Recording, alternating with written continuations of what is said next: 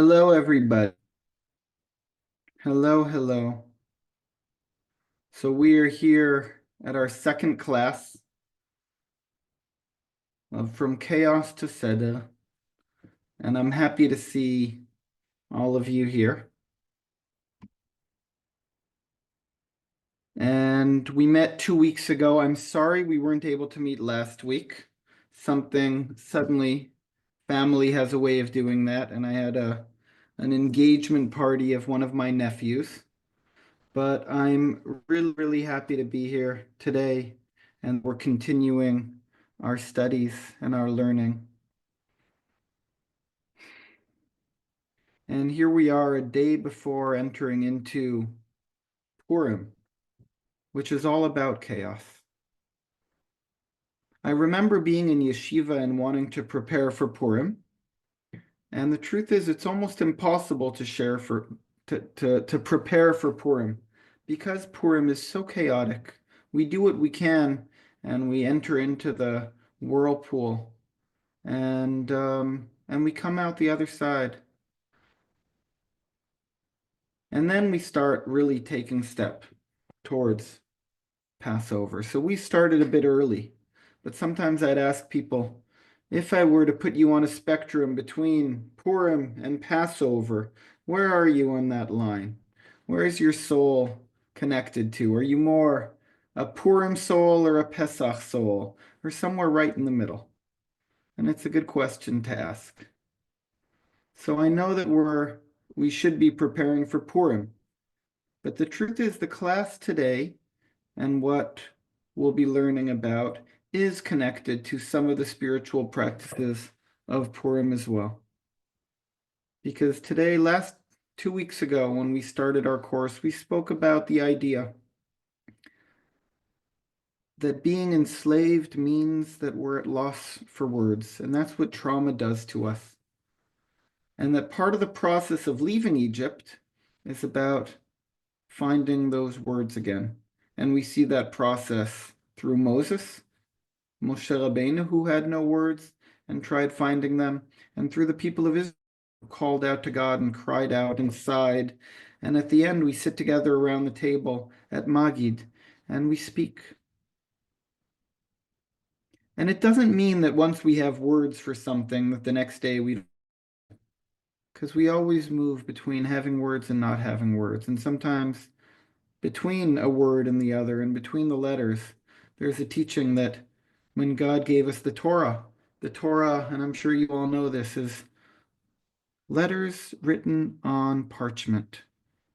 But there's a teaching that says the letters are black fire written on white fire. Because the black fire are the letters themselves, but there's space between. And the space between is as important as the letters themselves. Music wouldn't be the same without the stop. We spoke about that when we learned about the shofar, about sound of our soul, and then stopping, and blowing again, and calling out and stopping. Today, as we're moving through preparing for Passover, we're going to learn about Bedikat Hametz, an ancient ceremony that is still done a night before Passover, after all the mishigas, all the craziness of getting things together. I remember in my home that we would gather together, and it's nighttime, and it's a night before the over, so it's not the holiday yet. And we would sit in the living room, and my father would take little pieces of bread, probably pita bread or something that doesn't crumble too badly, and put them in bags, and they would hide them around the house. 10 bags, each one in a different, and us of Pesach, we would say a blessing, and my father would sit, and he would maybe sing something, say, as we enter into Passover, as we clean our home, we want to be able to move through the rooms in our house and make sure that they're actually clean. And in order to do that, he would hide pieces of bread all through the house. The scary part would be if suddenly somebody didn't know where they hid it, and then we're really looking for a piece of the reason that people would hide it was they didn't want it to be what's called a bracha levatala, a blessing that doesn't have, like if you say the blessing that you're about to look for the chametz and you don't find anything. So people would hide them, but it became part of the ceremony. And we would sit there with a candle and we would walk around the house and we would look in all the places where it's hard to see, not with the electric light, in the dark. And it was one of the things that eased our way into Passover. And this is what we're going to learn about today. And I'm sure each family and each person does this a little bit differently. And today we're going to speak about the idea, which is such a, I think, an important idea, which is facing those dark spots in our home, in our heart, looking in the cracks, reaching as far as our hand can get, and seeing what it is that we can find. And we have a bit of a smaller group here now, so I'm also happy to, I think at the end, when we move on to practice, to hear a little bit about who you are, where you're from, and I think we'll do that at the end after we do some learning together. Okay, so I'm going to share the page, and I hope you all got it.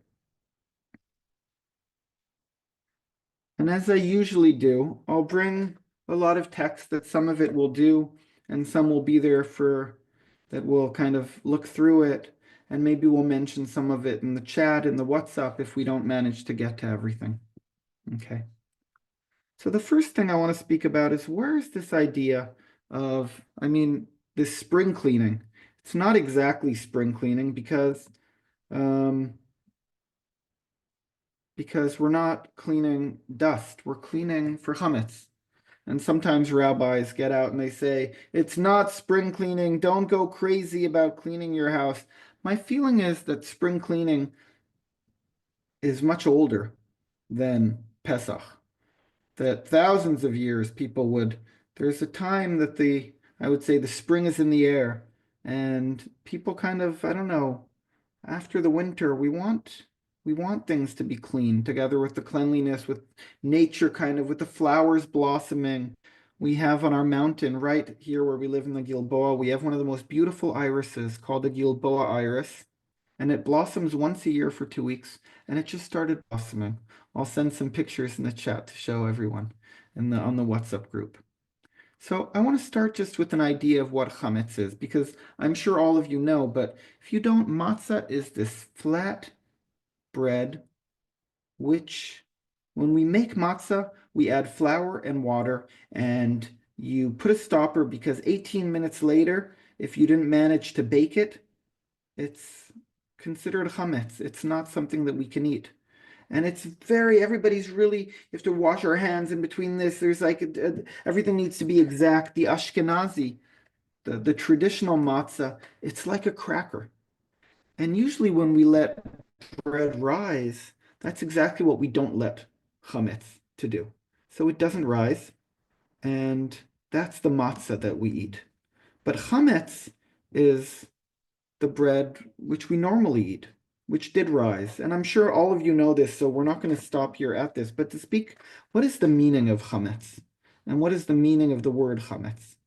So this is from Kada Kemach, which was written by Rabbeinu Bechaye, who's a mystic commentator on the Torah who lived in the 13th century.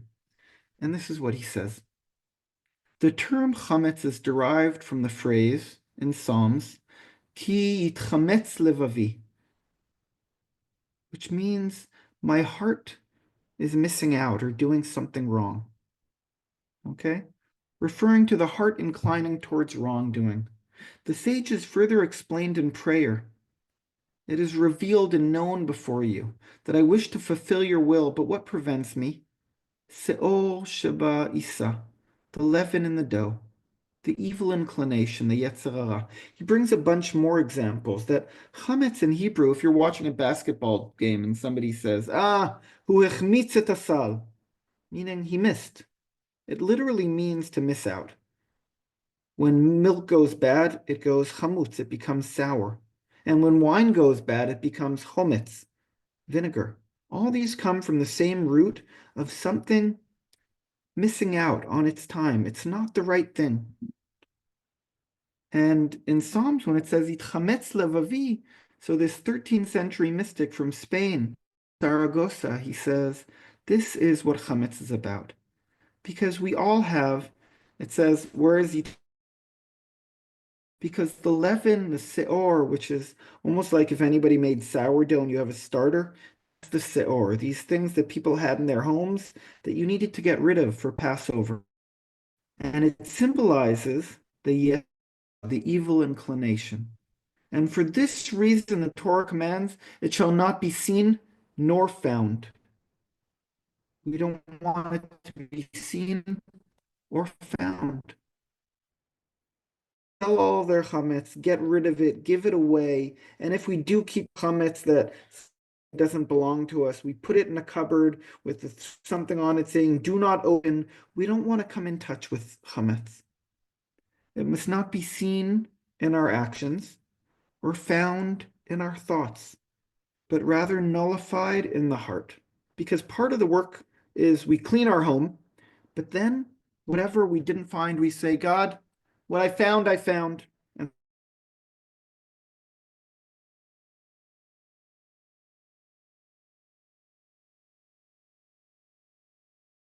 Israelis who weren't that aware of environmental issues, they would take the plastic bag, jump into the fire, and pull out the plastic bags and tell people how bad it is to burn plastic.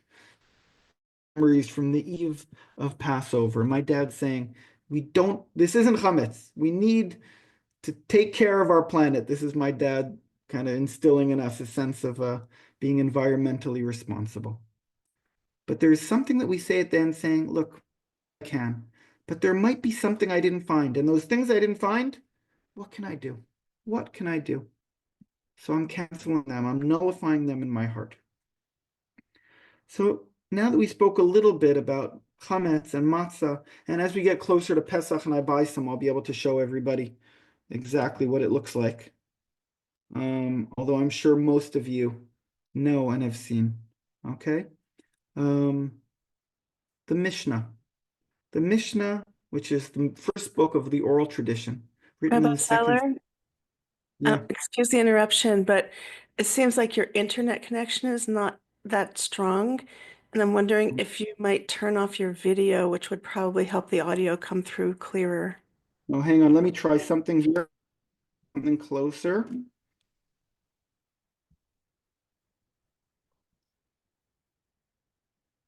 Let me try this. This might be better. It's a bit closer. Let me open the door here so that. And I should be connected directly to the internet, so it should work, but let's see. Is that a little bit better? Yeah, I think so. I'll let you know if there's an issue. Thanks. Okay, please do. And I'm sorry. We have wideband internet and it should work. And I am connected to it, but let's wait and see. Let's hope that nothing goes wrong. So in the Mishnah, which is right after the written tradition, the Torah, we have the Mishnah. And the Mishnah which was written in the 2nd century BC and gathered from the oral tradition. The tractate that starts speaking about Psachim, about Passover, starts with the following Mishnah. Or le'arba'asar bodkin et hachametz le'or haner. And I'm translating this literally, and we're number 2. On the evening of the 14th, but that's not what it says. It says, on the light of the 14th, in the month of Nisan, one searches for chametz by candlelight.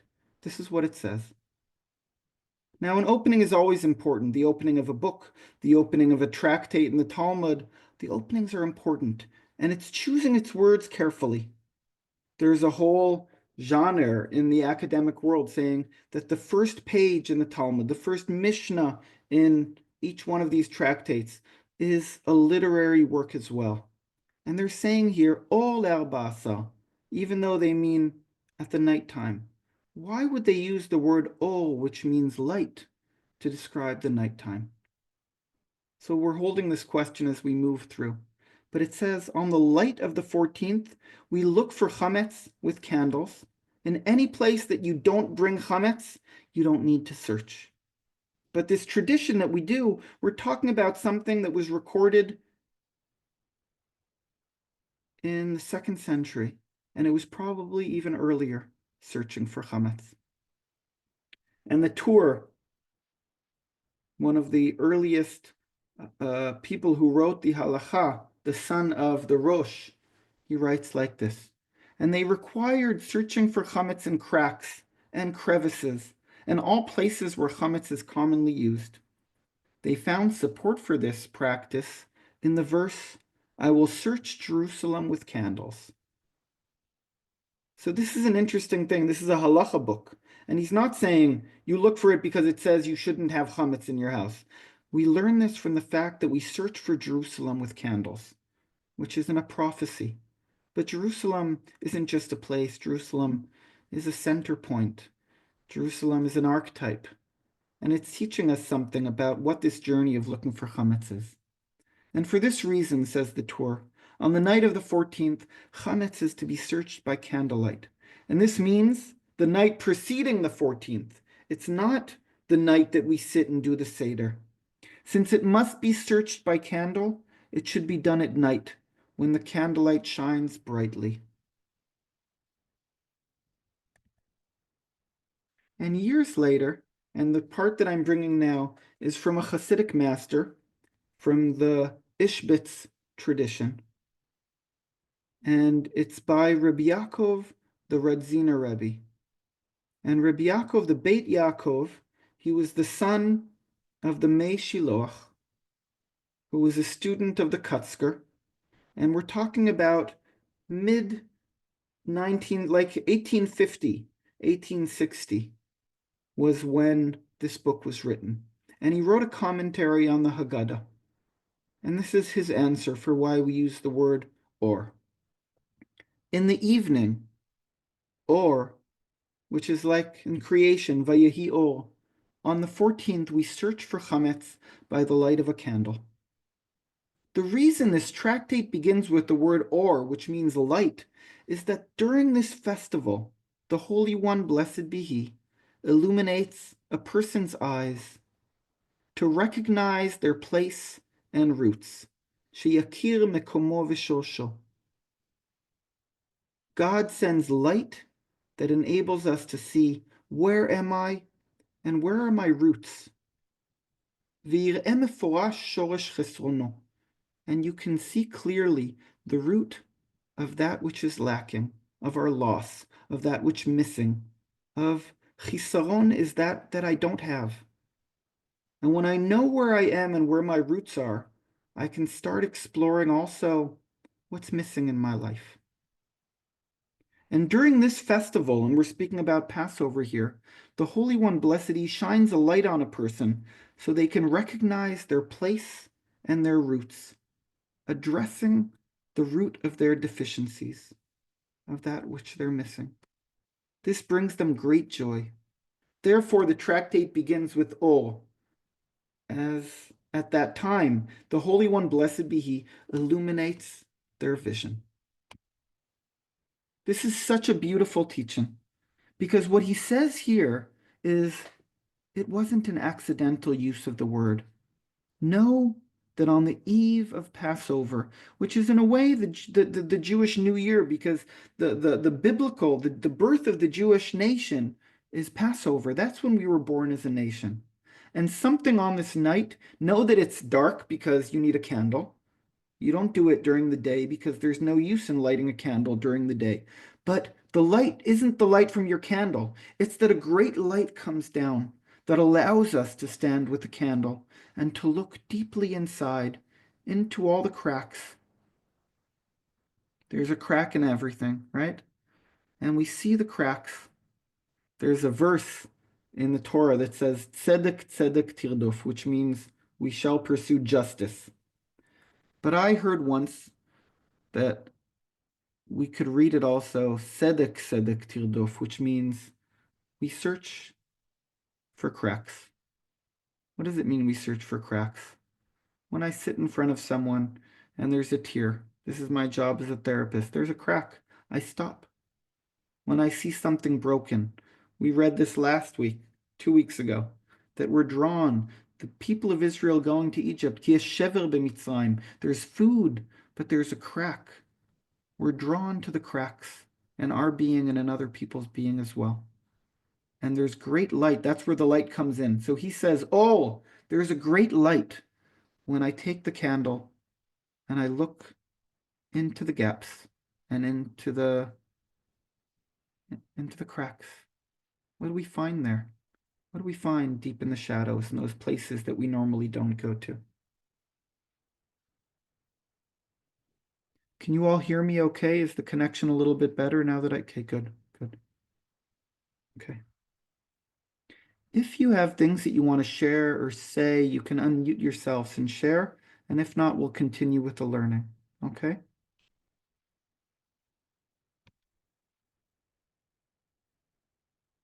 So we're skipping now to Jung.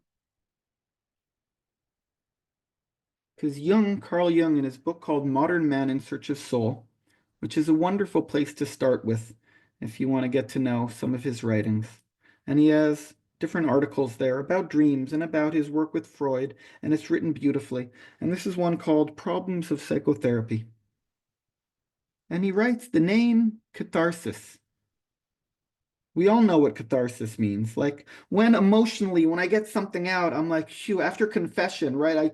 It's off my heart. I feel like so much better. And he says the roots of this word in Greek, it means cleansing. What a Passover word, catharsis, which was given to the earliest method of treatment. We read about the talking cure that Freud spoke about. It comes from the Greek initiation rites. The early method of catharsis consisted in putting the patient, with or without hypnotic aid, in touch with the hinterland of his mind. That is to say, into the state which Eastern yoga systems describe as meditation or contemplation, or what Bion calls a reverie, in a state where I'm almost like when Freud says a floating consciousness, that I'm here and not there. I'm listening with my unconscious as well. I'm in a dream state. Why is that? That is in a state which the Eastern yoga systems describe as meditation or contemplation. In contrast, here I'm making it a bit bigger. In contrast to the meditation found in yoga practice, the psychoanalytic aim is to observe the shadowy presentations, whether in the form of images or feelings that are spontaneously evolved in the unconscious psyche and appear without his bidding to the man or woman who looks within. In this way, we find once more things that we have repressed or forgotten. We repress or forget very important things. And when we enter into this state, suddenly we come in touch with our shadow feelings, with our shadow images. In this way, we find things we have repressed or forgotten, painful though it may be, and it is painful. This is in itself a gain. For what is inferior or even worthless belongs to me as my shadow and gives me substance and mass. He writes so beautifully. How can I be substantial if I fail to cast a shadow? I must have a dark side also if I am to be whole. I must have a dark side also if I am to be whole. And inasmuch as I become conscious of my shadow, I also remember that I'm a human being like any other. In the process of catharsis, of cleansing, of speaking to another person, of coming in touch with my shadow and sharing it with another person, there's something humbling about this. Because we all have a shadow. The shadow is the side that I don't, if I'm coming to a job interview, I don't start by sharing my shadow with the interviewer. And if I'm sitting at a first date, it's not the parts that I'm first to tell. But they're there. and they're with me all the time. We dream of them when there's somebody different than us who's chasing, who runs after us, who we're in a threat, or we meet somebody who's different than us, and it could be a shadow figure, and it could be something else. But we come in touch with it. And as we come in touch with it, I thought of this practice of taking a candle to our cracks. We turn off all the light and we stand at our cracks and at our gaps. In England, people say, mind the gap when you get on the subway, right? And I think, mind the gap. What do we do with all the gaps? The gaps between us, the gaps within us. We have to mind them. But there's gaps. And those gaps are painful, as our shadows are. But Jung is saying we get something so precious. We get our substance by facing our shadow. And as much as our instinct is to escape, to turn the other way, I don't want to meet my shadow, but all of, I would say, the therapeutic Beit Midrash psychoanalysis says, we face our pain, we touch it. And yeah, it might be difficult. It might be a trigger. We do it slowly. There's a about 10 minutes away from here in Meirav, which is a kibbutz next to us, is a home for women. Instead of being, it's like a halfway house, but instead of being in a psychiatric hospital, they're at this home. And I do a dream circle with them once a week. And I just came back before the class. That's why I sent the class out a bit late. But these are things that I say to them all the time. They say, I don't want, this is scary. Why should I? I say, your whole life they taught you to turn away from your dreams and to turn away from what scares you. And what we're going to try to do is try to face them, even if it's for 10, 15 seconds. We're going to do some mindfulness. We're going to breathe together. And if it's too hard, trust yourself, because you need to trust yourselves. And if it's hard, then don't do it, or get up and leave and come back. Trust your own self. But I will be a guide to try to take you to face some of those cracks and to bring light there.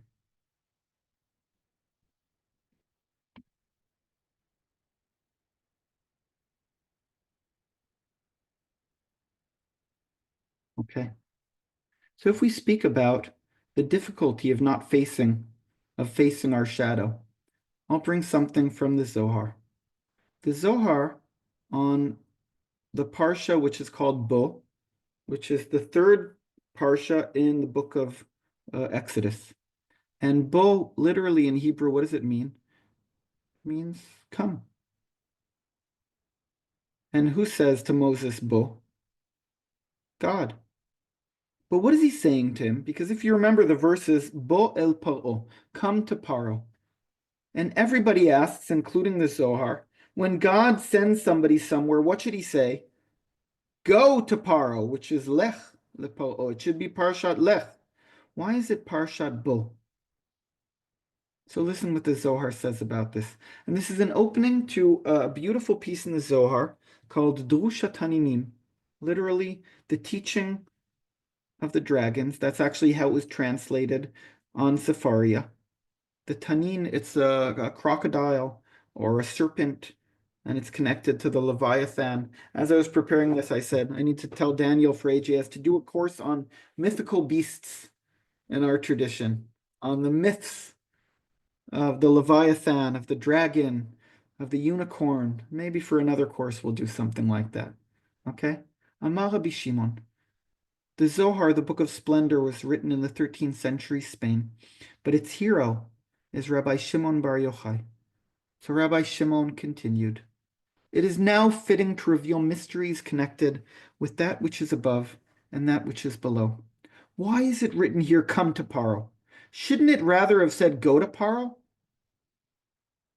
But it is to indicate that God guided Moses through a labyrinth, chamber into a chamber, Idra Batar Idrin, a room within a room within a room, into a chamber right into the great and powerful dragon's lair. And when God saw that Moses feared the dragon, this great serpent, this great Tanin. He proclaimed, "Behold, I am against thee, Paro, the king of Egypt, the great Tanim, the great dragon that lies in the midst of his rivers, which has said, my river is my own, and I made it myself." Yeah, truly, the Lord himself. One second. Sorry. Had to war against this dragon and no lesser being. And this is the mystery of the great dragon, Hatanina Gadol, for those who are familiar with the esoteric lore. And this is the Zohar, who holds on to ancient mythologies about fire-breathing serpents.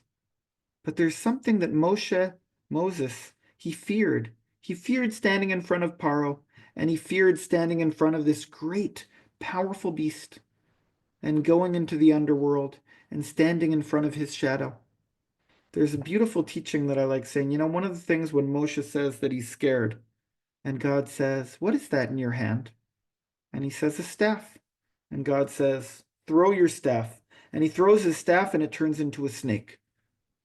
And the Meshiloach, the Ishbitz Rebbe, he says,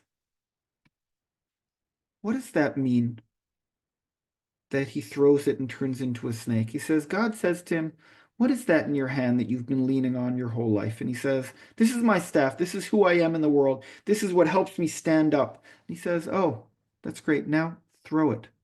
Now that you think this is what you need to stand in the world, now you have to let go of it."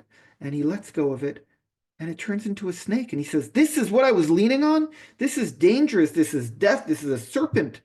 And God says, now that you see what it truly is, now you can pick it up again and lean on it. But you have to see what it is you're leaning on. And when it's scary, that's when you take another step and pick it up. This is Moshe's journey to face his shadow and to face that he's scared of. And I think for Moses, one of the hardest things is coming home after he runs away. He runs away from his own aggression. He runs away from the house he grew up in. He runs away from his history. He runs away from his people. But then he comes back home and he faces all the things that his whole life he ran away from. He kills a person when he's protecting somebody else, and he hides them in the sand. That's repression. We hide things in the sand, we bury things, and we don't want to see them anymore. But we need to face them. And the hero journey that Moshe comes on is going back to face Pharaoh.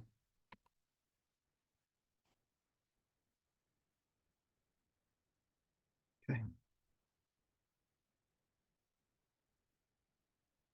This is a beautiful, beautiful piece. I don't know how many of you are familiar with what's called ACT. And it's part of the third wave of CBT, which means that it's a therapeutic practice, which is a lot of it is based on some Buddhist practices, and it includes mindfulness and self-compassion and dialectical behavioral therapy. And this is by a psychologist by the name of Steven Hayes. And this is what he says. And he speaks about psychological flexibility. What a beautiful term, right? And this is what he writes. He says, psychological flexibility is about learning not to turn away from what is painful. Instead, turning towards your suffering in order to live a life full of meaning and purpose. Wait, turning towards your suffering? That's right, he says. Psychological flexibility allows us to turn towards our discomfort and disquiet in a way that is open, curious, and kind. This is easier to read than to do. We spend our life escaping from our pain and our discomfort and our suffering. It's about looking in a non-judgmental and compassionate way at the places in ourselves and in our lives where we hurt, because the things that have the power to cause us the most pain are often the things we care about most deeply. Our deepest yearnings and most powerful motivations lie hidden inside our most unhealthy defense systems. I say often in the group that I lead, we say thank you to all of our defense mechanisms. They've protected us well our whole life. But sometimes that we built to protect ourselves ends up being the jail that imprisons us. Our impulse is usually either to try to deny our pain by suppression or self-medication, or to get caught up in dwelling on it through rumination and worry, allowing it to take charge of our life. Psychological flexibility empowers us to accept our pain and live life as we desire, with our pain when there is pain. I believe psychological flexibility is a means of achieving human liberation. I thought how beautiful it is that he's bringing it as he speaks of liberation and as we are preparing for Pesach. It is the counterweight that people need to rise to the increasing challenges of the modern world. And this is from a book that was put out by Penguin Classics. Steven Hayes, who started ACT, A Liberated Mind. And it's about hope, it's about change, and it's about acceptance.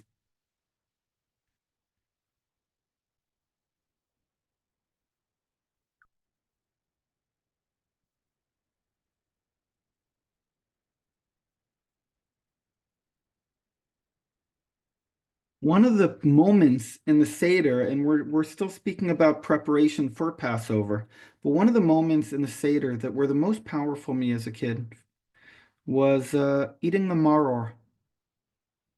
I don't know what you do in your Seder. Maror is a bitter herb. Sometimes people will eat lettuce because it's a little bit bitter. But the real thing, and you'll see them selling them in supermarkets in Israel and even in England and probably in America too, the white root of horseradish. There's a teaching in the Talmud that says, if there's a mitzvah to eat matzah, if you swallow the matzah without chewing it, without tasting it, I don't know how you can do that. I have no idea. It doesn't sound very healthy to me. But you're okay, you did the mitzvah. But if you swallow the bitter herb without tasting it, you didn't fulfill the mitzvah. And there's a blessing that we say in the Mara. And I want to tell you, I told you a little bit about my family. My dad, since he was a Baal Tshuva, since he found his way to the Hassidic and Orthodox tradition, he didn't grow up in a religious home. But his parents always kept Seder. And his dad, who was in Sachsenhausen before miraculously getting out of Berlin and losing his whole family in the Holocaust. My father always said I didn't have grandparents. I remember seeing grandparents for the first time with my Chinese friends, my Asian friends, and saying, "What is that?" He didn't have old people in his family. What was that? And every year he would see his father sit around the Seder and take the bitter herb and eat it and chew the real thing. And he would choke and he would tear and tears would roll down his eyes. And I remember my father doing the same thing. I don't have many traditions that go back more than one generation. That's the price sometimes we pay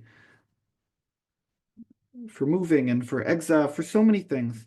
But here's one tradition that I do what my father did and that he saw his father do. And my kids watch me.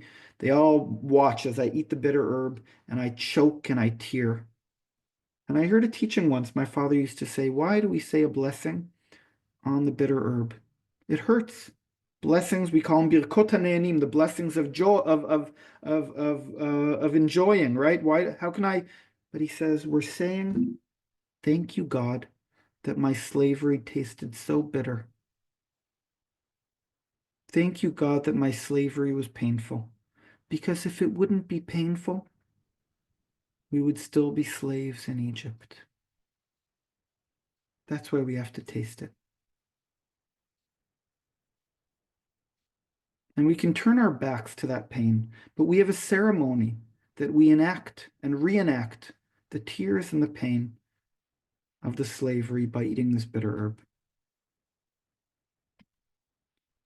And I know you already know that my favorite is Jung, but another one of my favorite analysts is Wilfred Bion. Wilfred Bion was a British psychoanalyst from Oxford. He actually was born in India and is very spiritual and brings a lot of very beautiful teachings. And this is what Wilfred Bion says in his book Elements of Psychoanalysis. Pain cannot be absent from the personality. An analysis must be painful, not because there is necessarily any value in pain,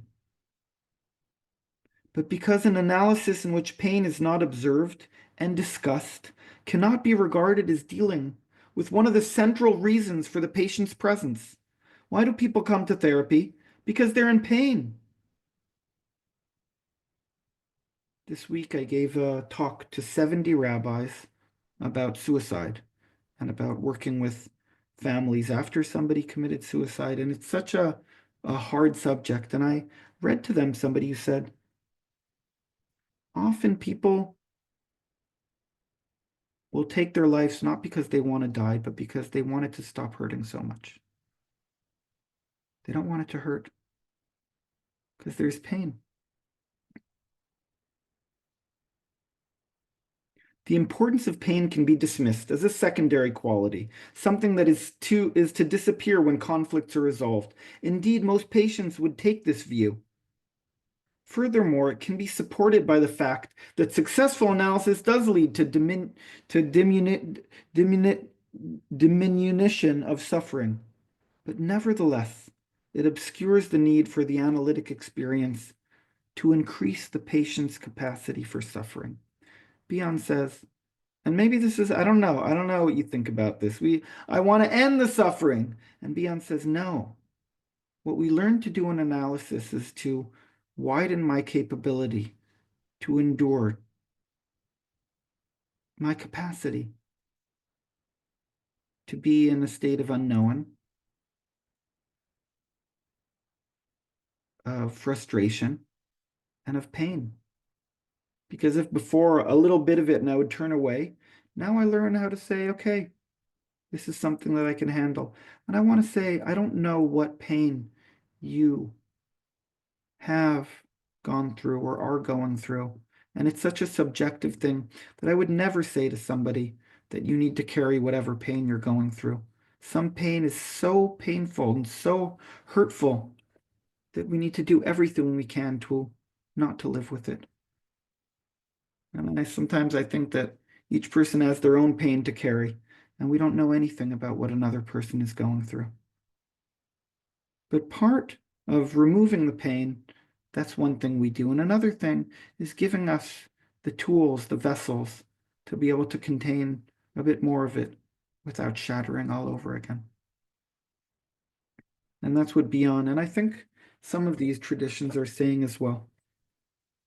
And I'll say that in Passover, we don't just look at our dark places and stay there. We gather our chametz, we burn it the next day, we get rid of it. We want there to be a transformation. And even burning the chametz, a month later, we'll be eating it again. We get rid of certain things that we need them in another month. But we're always looking. Okay. So I want to speak a little bit about some of these traditions of the Bedikat Hametz and about what happens there in this ceremony. And the first piece I'm bringing is from a Hasidic master who's actually a student of the Meshilach. His name is Reb Tzadok HaKohen from Lublin. He lived in Poland and he died in the year 1900. Part of me thinks, because of some of the things he writes that are so psychological, I wonder if he managed to read or hear a little bit about Freud. I don't think he managed to read his book about dreams, which came out the year that Reb Tzadok died. But maybe the earlier things on Hysteria, maybe he heard about it, and maybe it was just the zeitgeist kind of things of the time. And he says, time is comprised of day and night, and so is the life of man. With light and darkness, with ups and downs, You know, Reb Zalman, when he translates the Shema and he says, Beshochbecha uvkumecha, it doesn't mean when you go to sleep or wake up. He says when you're depressed or when you're elated, when you're ups and downs of life. So time is made up of light and darkness, ups and downs. And also in times of darkness, we need the light of the moon or the stars, which are also light. And in your house, you need the light of a candle, as it is explained, because one's house is one thing to have light, but also in the chambers of one's heart. The light of a candle is good for searching for the chametz that is concealed in holes and cracks. And it's much better done at night, when the times of darkness, so the light of the candle will illuminate. And it's not so during the day, as the candle will not illuminate anything in the daylight. When we know this, when things are good in our life, it's not a time for introspection. And sometimes, those times that we're in a deep darkness, this is such important times, because only in the dark can I discover some of the cracks. And with this, one is able to search all types of chametz in the cracks of his heart until the place he is unable to reach. Because the Gemara says, Ad makom shel yado shel adam magat. You have to reach as far as you can go. But when you reached as far as you can go, there's a place beyond that. You let go. That's not yours.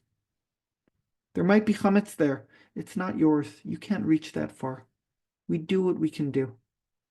Vash'ar, whatever's left, he must nullify in his heart.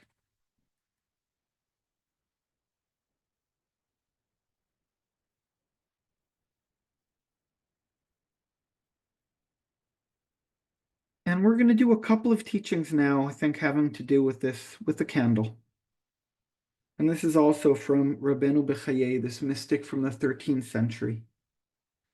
And he says, just as the search for chametz is not conducted by the light of the sun, moon, or torch, but rather by the light of a candle, so too must the examination of the Yetzer Hara, of our shadow, of our evil inclination, has to be done by the light of the soul, which is called a candle, as it is written, Ner Hashem Nishmat Adam, the candle of the Lord is the soul of man. Our soul is the candle. And even though we might be holding a candle, this is only symbolizing what is the actual light that we should be looking for. Because again, this symbol of a candle, which is such a rich symbol, what is a candle? What does it mean that our soul is like a candle? There's a Zohar, I didn't bring it on the page here, where somebody asks Rabbi Shimon Bar Yochai, why does a person shuckle when they pray? I don't know if you've ever seen this, when somebody like moves when they pray, or maybe when you pray, you're moving. Why do we do this? And sometimes when I pray, when I'm thinking or contemplating, or even I'm sitting and listening to someone, I start moving. And in the Zohar, Rashbi starts crying. He cries a lot. He's a very emotional Rabbi Shimon. And he says, you asked a good question. And the reason that we shuckle when we pray is because our soul is a candle. And there's moments that we touch on something so real that the flame starts dancing and kindling and moving. And if you feel that moving back and forth, it means that you're touching on something. Something is stirring inside of your soul. And your body is moving in tune with what your soul is doing at this moment. And again, looking at the movement of our body is something symbolizing what's happening deeper inside. Can still hear me okay, right? Good. Okay.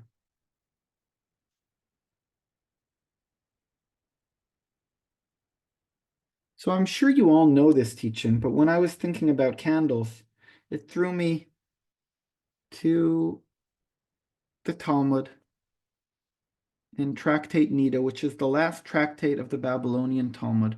And you all know this teaching. You might not know it's from this tractate of Talmud, but Rabbi Shemlai taught, to what is a fetus in his mother's womb comparable? What is a fetus like? His head rests between its knees, and its mouth is closed, and its umbilical cord is opened, and a candle is lit for it above its head. The Talmud says this is, when a baby's born and they have like a little hole in their forehead because their head and brain are growing. So the myth here is that that's where there was a candle. And there was a candle on the head of the child in his mother's womb. Okay? And it gazes from one end to the world to the other. This candle, which isn't a regular candle, it's almost like a candle. Maybe it's the candle of his soul, because that light, it's like the light of the first day of creation. And the baby sits in his mother's womb and he looks into the candle and he sees the entire world in front of him. And the fetus is taught the entire Torah. This is the teaching that an angel comes and teaches him the whole Torah. And the whole Torah doesn't mean it tells him, Bereshit bara Elokim or the 5 books of Moses. He doesn't teach him Babylonian Talmud. He teaches him his Torah. He teaches him what he needs to know in the world, who he is. It's like the map, the code of his soul. This is what the mystics teach us. And the moment, once the fetus emerges into the world, an angel comes and slaps it on its mouth. I'm sure you've heard this. It touches us right here. Do you see? Right here. And it forgets the entire Torah. And right here under our nose, why do we have this little line here? This is the fingerprint of the angel who comes and we forget everything. Why do we learn it and we forget everything? Because we're born into forgetfulness. And we remember, we reconvene, we reconnect. And this is why a baby cries when it's lost and when it's born, because a second before it knew everything, what it was supposed to do in the world. And this is also an important teaching for mothers, because when I've taught this before to a group of mothers, and I said to them, and this is true not just to actual mothers, but to anybody who walks in the world with other people, because sometimes when we're lost in the world, we don't know who to turn to. But we have people who maybe we forgot what the angel said, but our mothers heard. And we can come and say, I don't know what to do in the world. I don't know if to do this or that because I've forgotten, but what do you think? Now, it doesn't mean that our mothers are always right or that the people who walk with us, but sometimes there are things that we aren't able to see because they're so close, but others are able to see or to hold that vision for us. And there's this candle again, like before we're born, we have a candle that we search for it in the darkness. We're sitting in the dark and using a candle. And maybe on the eve before Passover, if it's the day that the nation of Israel is created, that we're also reenacting that moment of being with the candle and searching to find all the pieces that we've forgotten, the pieces of our life, the missing pieces of our puzzle.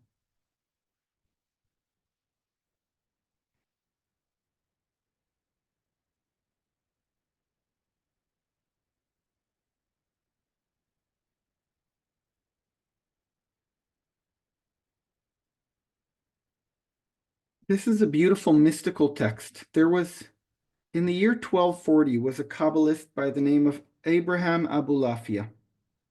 And he was a fascinating Kabbalist, self-taught.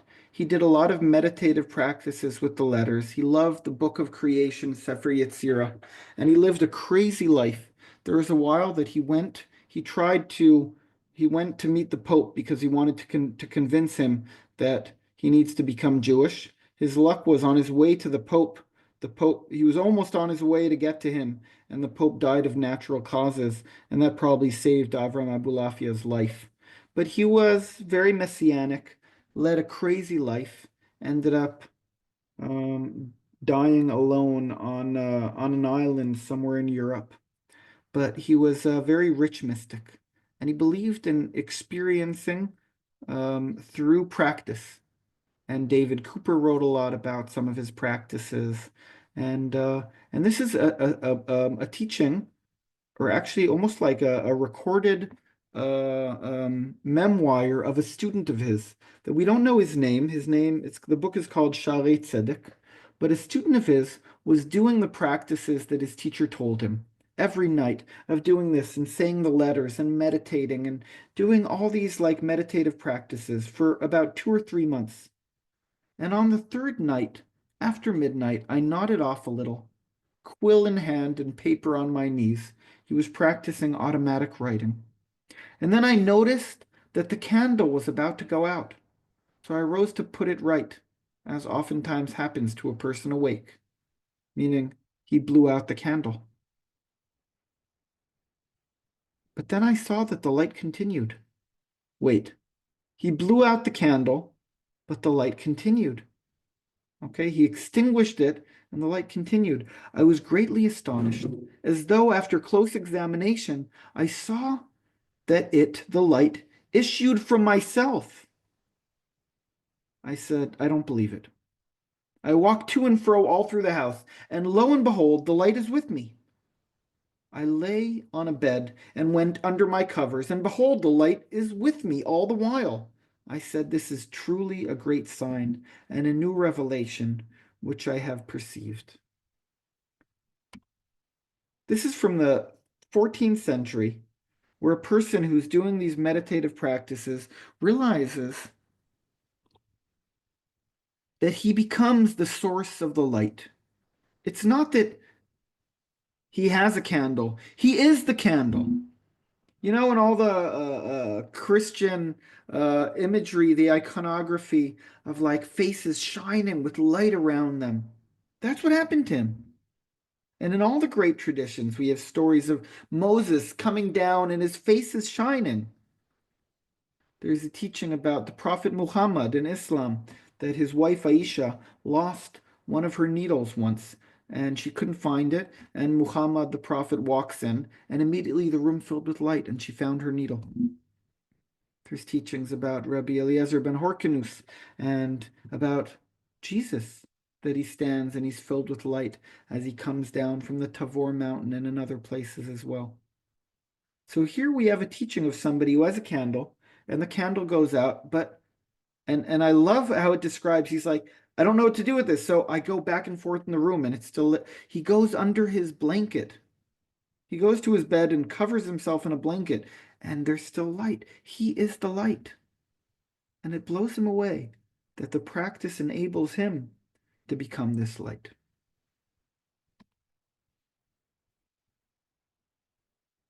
So there's another mystical text from the 16th century from Tzfat,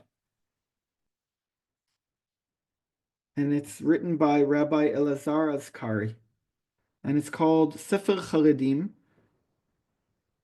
and he was part of the group that was close to Rabbi Isaac Luria.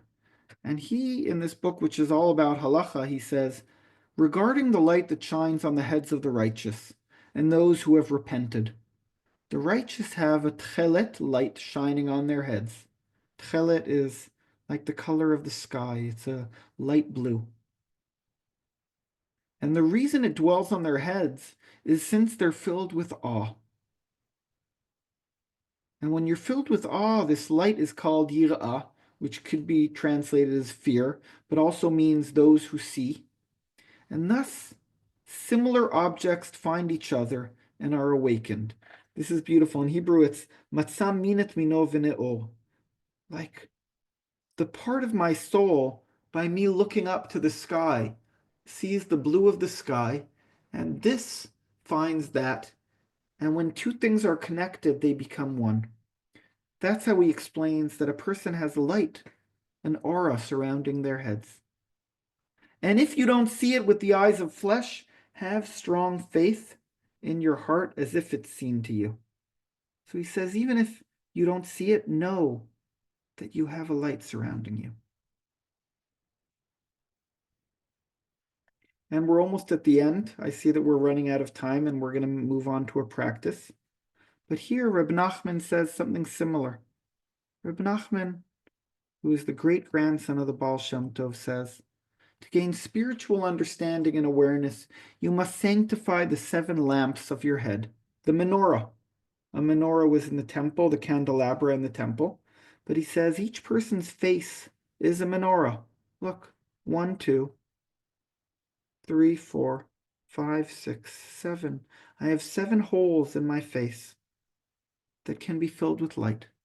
And sanctifying the 7 lamps of the head can bring you to deeper spiritual understandings and awareness, and your heart will then burn with passion for God.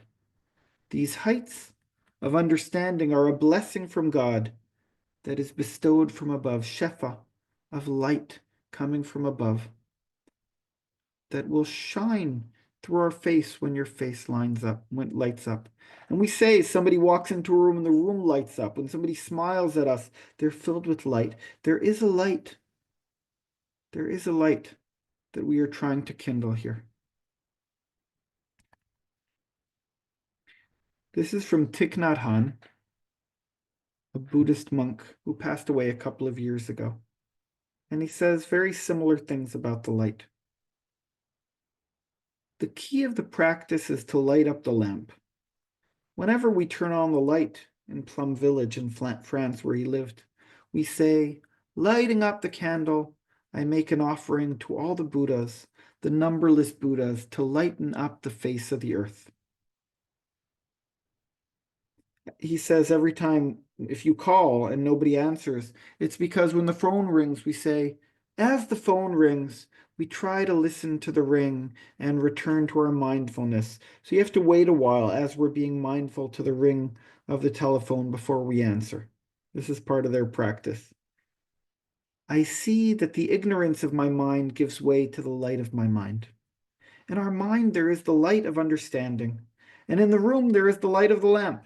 It's not enough just to turn on the light, because if you just turn on the light or light the candle, it's only an outer light. We have to turn on the inner light, the light of mindfulness, says Thich Nhat Hanh. So when the young novice has just become a monk, he has to learn these poems so that every time he lights the lamp, he can light up understanding in his heart as well. If he doesn't do that, however many times he turns on the light in his room, he will never change the darkness in his mind into the light of his mind. I was blessed, thanks to my dad, to meet Thich Nhat Hanh when he came to Israel. It must have been 1995, and he did a weekend of meditation. And I was lucky that I joined my parents and got to spend a little bit of time of studying with this precious man who, again, teaches in all of the mystical traditions. What do we do when there's darkness? And how do we add light? Not just by lighting a candle, but by adding our light. And we're at the end of the class now. And we're going to move into the practice, but I'm going to read a dream that if you've been in my other courses, we've learned it before. This is a dream that Jung told Freud in 1913 on a boat on their way to America. And it's a dream that might be familiar because many people dream similar dreams. It's a dream about walking through a house, your house. It doesn't have to be the house you know, but it's connected to the practice we're going to do. Because I'm going to read this dream and then we're going to do a guided meditation of looking through ourselves and adding light to our being, and then walking through some rooms of a home.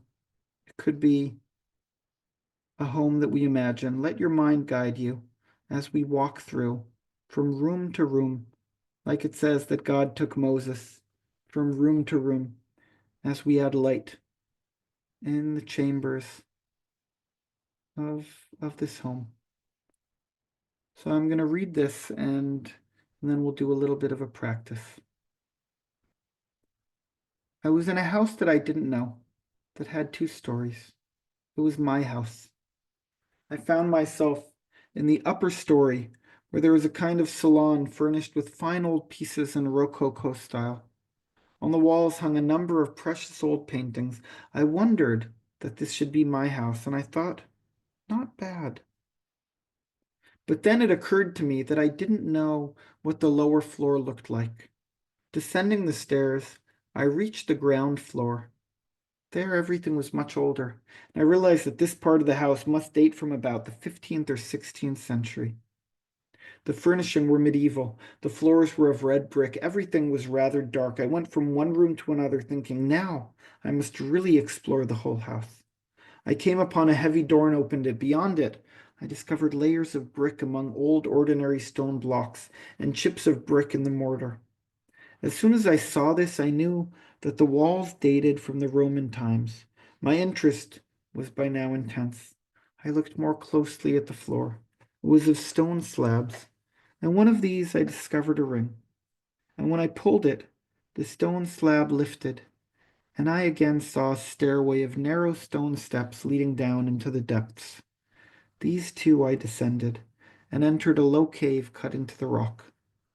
Thick dust lay on the floor, and in the dust were scattered bones and broken pottery, like remains of a primitive culture. And then Jung sees two skulls or two. It's almost like he enters into a grave site, and he wakes up. And I want to stop here and take, I don't know, have you ever had dreams like that you're discovering parts of your home that you don't know? I had one this week where I'm in a space, and it could be the house I recognize, and it could be not the house that I recognize, but it's a place that I'm looking around saying, oh, I have an attic, or oh, there's another room, or a cave, or another room. And I think this practice of moving between our rooms it's almost like the American Indians will take, sage and burn it and move between the rooms in order to ward off evil spirits or to cleanse something there. And I want to also say that last week we did a little bit of a meditation for times in our life that we don't have words. And I want to first say, trust yourselves, because if we, as much as I'm a therapist, this isn't therapy. And if things come up that are painful or difficult, then take a step back, choose something that's a bit not so difficult to go into, if it's a home you're choosing to enter into. And know that also if something does come up which is a little bit painful, then write to me and we'll find time to speak about it. Okay? So I'm inviting everybody to first, let's start by breathing deeply and sitting comfortably in your chair.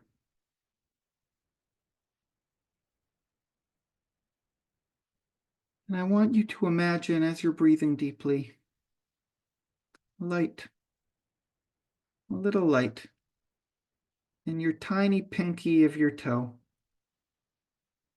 But I want you to imagine this light spreading from your little toe to the next one, and to the next one, all the way to our big toe, and then all the way down to our feet and our ankles and our heels.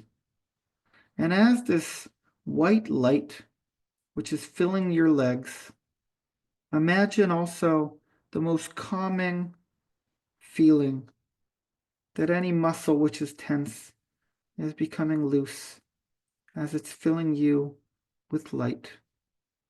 And imagine this light moving up your legs and your calves and your knees and your thighs. And it's moving like a river of light flowing upward to your pelvis and through the base of your spine and your stomach and all the way up your spine and your digestive system. And wherever it goes, if it sees something tied or something in your stomach which feels a little bit that you've been holding on to, or have a stomach ache about something, that it's moving through it, this river, and it's cleansing and adding light. And it's moving up through your chest and all the way up to your shoulder blades. When it reaches your shoulders, imagine the light just flowing down from both sides like a waterfall, down your arms, elbows, hands, fingers, until it shoots out of your fingertips, this light. Till you can look at your hands and see that they're filled with light. And the light keeps on going up through your neck and your chin and the back of your neck and your tongue and teeth and mouth and lips and nose and cheeks and eyes and eyebrows and ears and all the way up your forehead until it reaches the tip of your head and flows down like a waterfall through your hair. And an inch above, this I learned from my Abba, from my dad, to your keta, to your crown, to that transpersonal part of who we are. And I want you to imagine yourself holding a candle, although you are a candle because your body is filled with light. And I want you to imagining that you're standing outside a home. It could be any home. It could be a home you recognize, but it could be whatever your mind is choosing to show you. You might know it, but you might not. But you step up and take a couple of steps to the door. And as you come, the door opens up. And as you take a step over the threshold into the house, you notice that the light that you're carrying with you, it emanates from you. And as you walk around into this semi-dark house, the light that is coming from you, it stays. And every place you walk to, if you make a right, it leaves that light with you. And you walk around the entrance and look at this house. You might notice some things on the wall, some objects in the house. What do you notice as you walk through this space?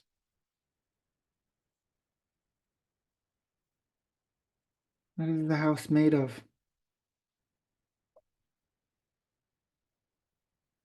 What is the quality of this house? What does it feel like?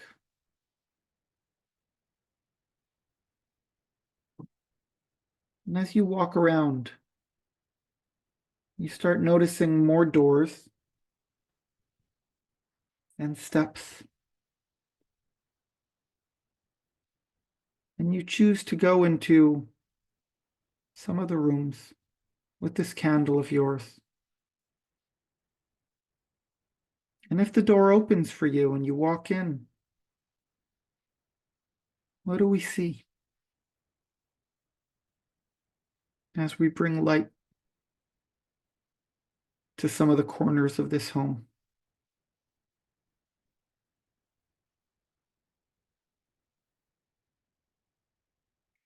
Do you choose to go up the stairs or down the stairs? What is it you're exploring in this house?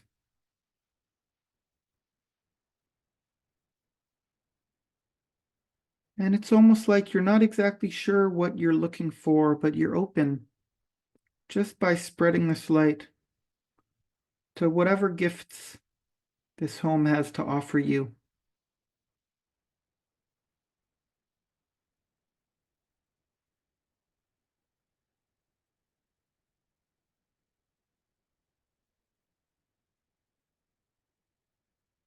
And wherever you step, there is still light there.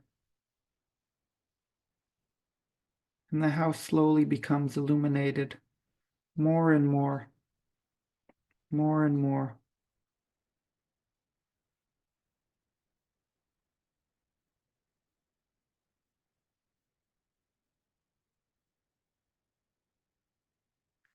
I invite you to look around a little bit more.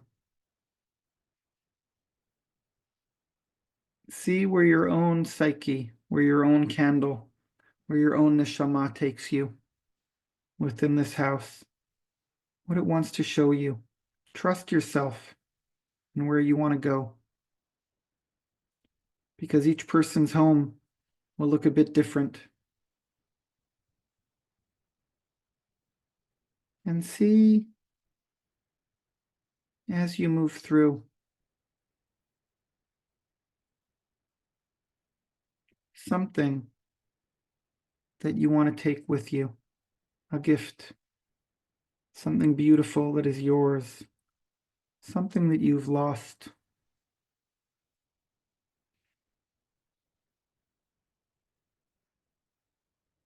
That you're reclaiming.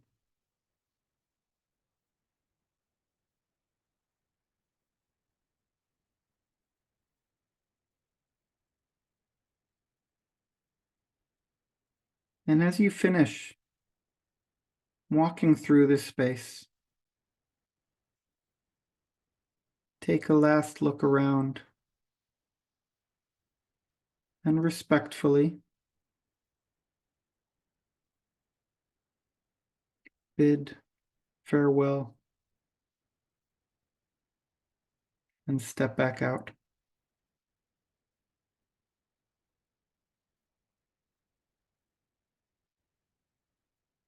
And if you look back at the house, it's been transformed from a dark house. It is now full of light, just as you are.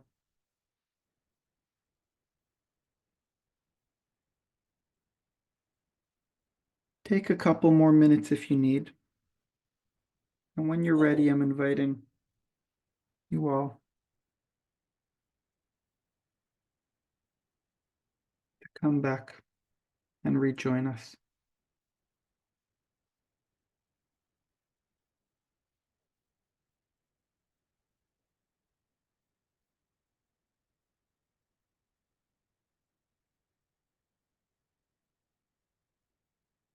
As we do a Bedikat Hametz and practice fulfilling this part of this ancient tradition.